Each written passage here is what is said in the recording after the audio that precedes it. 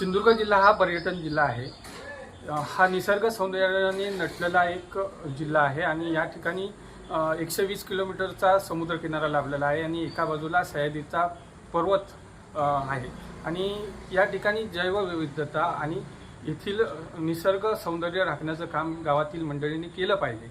या उद्देशाने असल्ले गावाने एक जमीन न विक्री करण्याचा निर्णय घेतलेला आहे। परप्रांतीयांना जमीन विक्री करण्यास आम्ही बंदी केलेली आहे। आपल्या गावाने एकमुखी हा ठराव गावाच्या मंदिरात बसून घेतलेला आहे आणि कोकण वाचवणं, कोकण परप्रांतीयांच्या ताब्यात जाण्यापासून वाचवण्याच्या दृष्टीने हा निर्णय असून भविष्यात या निर्णयाची अंमलबजावणी कडक स्वरूपात केली जाईल आणि त्याला गावातून सपोर्ट चांगल्या प्रकारे मिळालेला आहे। तरुणांनी पुढाकार घेतलेला आहे आणि खरोखरच हा निर्णय ऐतिहासिक आहे।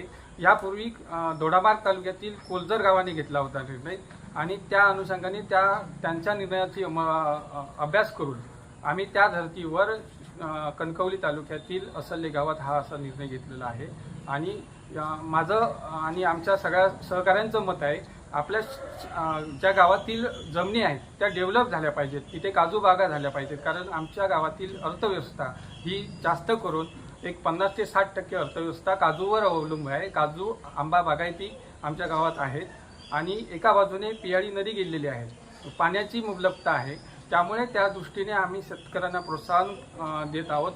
मी सोसायटीचा चेअरमन देखील असल्यामुळे मी सोसायटीच्या माध्यमातून शेतकऱ्यांना सांगतोय की आम्ही सर्वतोपरी कर्जाच्या स्वरूपात असेल किंवा अन्य मदतीच्या माध्यमातून तुम्ही डेव्हलपमेंटसाठी आम्ही तुम्हाला सहकार्य करतो। त्यामुळे जमिनी विकू नका आणि भूमिपुत्र आहात, तुम्ही विस्थापित होऊ नका, त्यासाठी गाव तुमच्या पाठीशी आहे।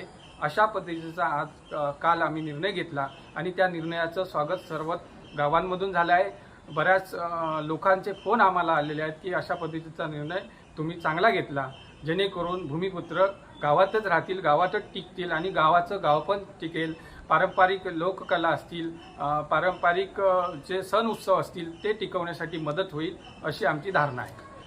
नाही, जमिनी विकण्यासाठी वेगवेगळी कारणं आहेत, कोणाची गरज असते त्यामुळे जमिनी विकल्या जातात। जमीन विकू नका म्हणण्यामागे आमचा एकच हेतू आहे की त्या जमिनी जर परप्रांतीयांच्या ताब्यात गेल्या तर आमची पारंपरिक जी सण उत्सवाची परंपरा आहे ती मोडीत निघेल किंवा कोकणी एक परंपरा आहे, महाराष्ट्राच्या भागातील हा कोकण प्रदेश आहे। कोकणातील प्रत्येक घडामोडींचे लाईव्ह अपडेट पाहण्यासाठी आताच कोकण कटा न्यूजच्या सर्व सोशल मीडियाच्या प्लॅटफॉर्मला लाईक, फॉलो आणि सबस्क्राईब करा।